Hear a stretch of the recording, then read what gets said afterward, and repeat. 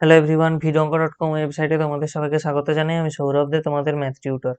এখানে দেখো আমাদেরকে এফ অফ এক্স একটি অপেক্ষক দেওয়া আছে x plus one by x.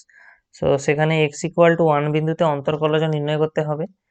তো আমরা জানি যে এফ অফ এক্স যদি কোনো একটি অপেক্ষক হয় এবং এক্স ইকুয়াল টু এ বিন্দুতে যদি আমাদেরকে অন্তরকলজ নির্ণয় করতে বলা হয়, তাহলে আমরা তার সংজ্ঞা থেকে বলতে পারি এফ ড্যাশ এ এটা হবে limit h tends to zero f of a plus H minus f of a by h. এবং আমাদের এখানে দেখো প্রশ্ন অনুযায়ী এফ অফ এক্স এর ভ্যালু দেওয়া আছে x plus one by x এবং এ এর জায়গায় দেওয়া আছে ওয়ান।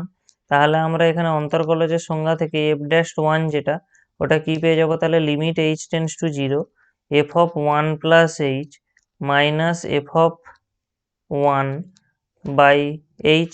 এবারে দেখো আমাদেরকে এখানে জাস্ট এক্স এর জায়গায় ওয়ান প্লাস এইচ বসাতে হবে, তাহলে আমরা F of one plus H পেয়ে যাবো।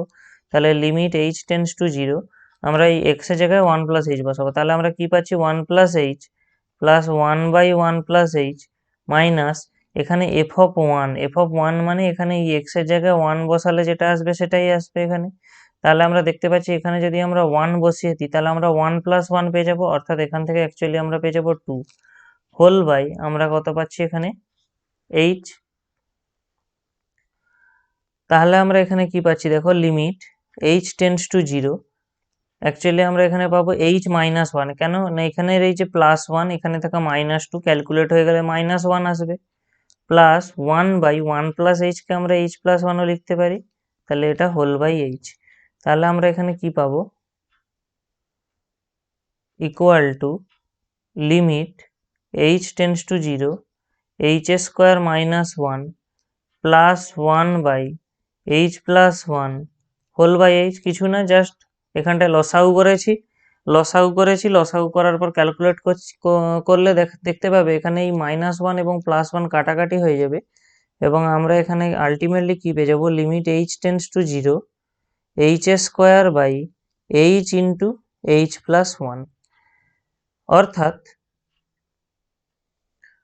এখানে কি আসবে? Equal to limit h tends to zero, দেখো এখানে এইচ এর স্কোয়ার রয়েছে, এখানে রয়েছে এইচ, স্বাভাবিকভাবেই লবে একটা এইচ হরের একটা এইচ এর সঙ্গে কাটাকাটি হয়ে গেলে আমাদের শুধুমাত্র থাকবে h by h plus one. এরপরে আমরা যেহেতু দেখতে পাচ্ছি যে হরের অংশটায় এইচ এর মান যদি জিরো বসানো হয়, হর কোনোভাবেই জিরো হয় না, সেই কারণে আমরা এখানে লিমিটে যত জায়গায় এইচ রয়েছে সেইখানে জিরো বসাতে পারি। তাহলে জিরো বসিয়ে দিলে আমরা কি দেখতে পাবো? Zero by zero plus one, এবং এর ভ্যালু আসবে জিরো। অর্থাৎ আমাদের ওই এফ অফ এক্স অপেক্ষকের এক্স ইকুয়াল টু ওয়ান বিন্দুতে অন্তরকলজের মান হবে শূন্য। ভিডিওঙ্ক.কম ওয়েবসাইটে ম্যাথ দেখার জন্য অসংখ্য ধন্যবাদ। এরকমই নানা প্রশ্ন তাদের সমাধানের জন্য আমাদের ওয়েবসাইটটি ভিজিট করো।